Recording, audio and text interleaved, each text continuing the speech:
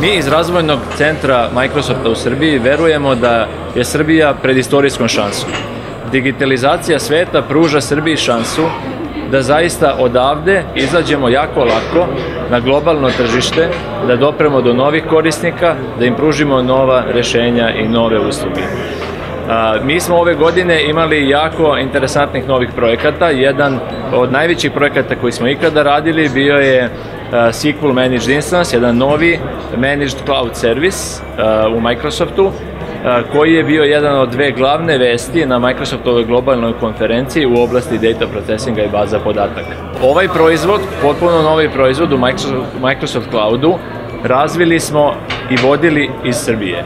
Naši inženjeri su radili većinu inženjerskog posla, ali ne samo to. Mi smo imali i product management team koji je vodio ovaj proizvod, radio preview program sa customerima, nekoliko stotina njih, mahom globalnih kompanija.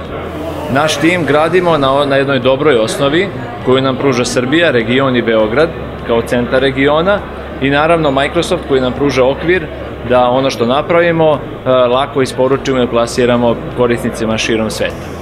Ono čime se posebno ponosimo u Microsoft Razvojnom centru u Srbiji je kvalitet našeg tima i timska kultura kojom se zaista diferenciramo i namećemo u okviru kompanije i poredeći se šire sa raznim razvojnim timovima širom sveta mislimo da smo u svetskom vrhu i da smo spremni da radimo velike proizvode i velike projekte